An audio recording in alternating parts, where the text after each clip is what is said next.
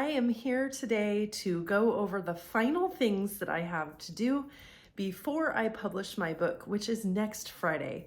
Today is Wednesday the 7th. I have just over a week before my book comes out, and this is not just clickbaity. Like, I am not truly ready. I would have loved another couple of weeks, but I put my pre-order up a few weeks ago. And I thought, well, if I do this, it'll help me get everything done in time. For some reason, mid-August was better than late August in my mind. And every time I publish a book, this is going to be the sixth time I've published something, even though it is a repeat of a book. This is a second edition. Every time I learn something new, and this time is no different. And I'm gonna go over the few things that I still have left to do and shed some light on a couple of mistakes, just hoping that you can learn from what I'm doing and you can make your own list and it'll help. So here is the book, and this is coming out on August 16th. And I love how the cover came out. This is just a proof copy, and I have one last proof copy coming. I did look through this. It looks fine to me, the formatting, but I wasn't done editing the book when I ordered this. So I just ordered another proof copy in case there happens to be a missing page somewhere. Of course, I can go over that on the screen, but there's something different about just holding it in your hand rather than seeing it on the computer. I don't know about you, but when it's on the computer for me, I just feel like I have to rush through and I click, click, click, and then don't fully look at it. The first thing that I wish I had done, and that is still remaining to be done, is I wanted my next book that's coming out in November to have its cover done in order for me to advertise it in this book. And I can still advertise it in this book, and I can still put it up. I don't have the pre-order open yet. I still need to do that, which it only takes a few minutes. All of these only take a few minutes, but then they add up to a few hours, and yeah, anyway. So I can still put the pre-order up. I do have a cover. It's just gonna be the old cover, and I can just replace it once I get a new cover, which it's being worked on right now. It would have been nice to have, not a showstopper in my opinion. Would have been nice to have that done. The second thing that I learned last night, I was uploading what I thought my final version, ebook version, up to Amazon, and it came back and said, oh, you don't have to have a table of contents, but we really do recommend that you have one. I completely forgot about that because, hi, oh good, I'm glad you're doing that yourself. Yeah. Okay. Have at it. Okay. Bye. When I put the book on draft to digital, it does a table of contents for you, which is super handy. So last night I was uploading my book to Amazon for the ebook, and it said that, and I was like, oh my gosh, I don't want to go through the steps that I was doing before, which I used this program called Judo in order to get it in an ebook format. And actually, it's really hot in here. I need to turn my fan on.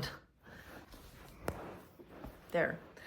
I didn't want to relearn judo again because I didn't feel like I knew it all that well. I know whoever uses it probably loves it, but in my opinion, it was kind of clunky, and I didn't want to go through all of that. It took a while. I know it was only, the guy who promotes it says, oh, it only takes 5 minutes to do an ebook. It did not. It did not. So I went on YouTube and found this one woman had said, make a table of contents in Google Docs. So I thought, okay, I use Word, but I uploaded it to Google Docs and followed her examples, and like literally that was 5 minutes. So I got done with that. I exported it out to Word again. I uploaded it to Amazon ebook, and it came out great. So I was super happy about that. A little bit of a bump in the road. And let me just tell you this to make you feel better. if this happens to you. Literally, with everything that I upload or all the sites that I use, Amazon, Draft to Digital, Apple Books, Google Play, Barnes & Noble, Ingram Spark, there's always a hiccup. There's always something. And maybe they don't have a category that you want, or maybe your cover doesn't fit completely, or they're saying your fonts aren't embedded, or they found a spelling error, something. So just, you do have to give yourself this time beforehand. And like I said, I wish I had another week, but give yourself time beforehand for those things to happen. So another example, I set up Kobo and I wanted to go direct to Kobo.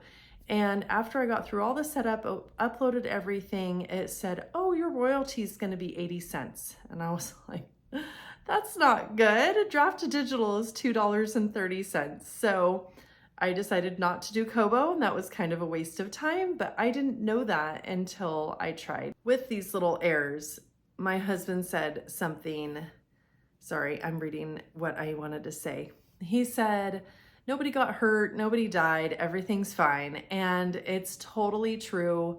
When you're doing this, even after you upload it, if you notice after the live date of your book, if you notice, oh, I need that spelling error to be changed, I don't want my front matter this way, and as long as it's not an ISBN change or something major, you can always go back in with self-publishing and redo the book. And for me, I want it to be perfect the first time, but I do take comfort in that fact that I'm in charge of the copies that are out there. So that is really helpful. The last couple of things that I want to say are just a couple of tips that I have. When you're uploading your book and you have your final version, number one, name your folder that final version date and say, this is, somehow alert it, flag you that these are my final copies of my ebook, and that ISBN, the paperback of that ISBN, your actual covers that are your finals, because I've had several versions of those. And I like to put the date at the beginning, because when you upload, it only gives you so many characters. And if you have it at the end and you have a long title, you won't see it. So put the date at the beginning. That way, when you upload it, you can see which version you have uploaded. If that isn't good enough for you, so for me, I like to also note the last edit that I made in the book, whether that was on the last page of the book, or if I put a different bio for me, which is at the end. I like to note that down. And then when I go into the book and I look over it and I proof it and say, yes, that one's good, I look for that final change that I made. And then I know that that is my final version, because I have done that before and uploaded a file that was not the final version. Like I said, everything can be fixed. There was no harm done, but still, that's just a little tip that I wanted to give. The only other things that I have left to do, I need to upload my book to 2 other places. Oh no, 3, Apple Books, Google Play, and Ingram Spark. Now, for me, these are a little bit lesser of a priority because I don't have a big readership yet. My priorities are Amazon and Draft to Digital, but I'd still just want to get those done before the day, and usually it takes a couple of days to get it done. So today's Wednesday. If I get that done by next Wednesday, I'll be good. And for promotions or for marketing, I need to get the book out to my Jeanies, which is my street team. So I'll get that out to them so they can read it. And then I have a bunch of mock-up pictures. I always do this because they're all square. But I have a bunch of mock-up pictures, and I need to get those out to my street team also. And I haven't done that yet. Hoping to do that in the next day or 2. I really wanted to get it done over the weekend, but it didn't happen. My last thing is to document what I've done. I do have a game board strategy for my whole start to finish. Like when the first idea of the book happens to the last upload and the last little mock-up picture gets sent out.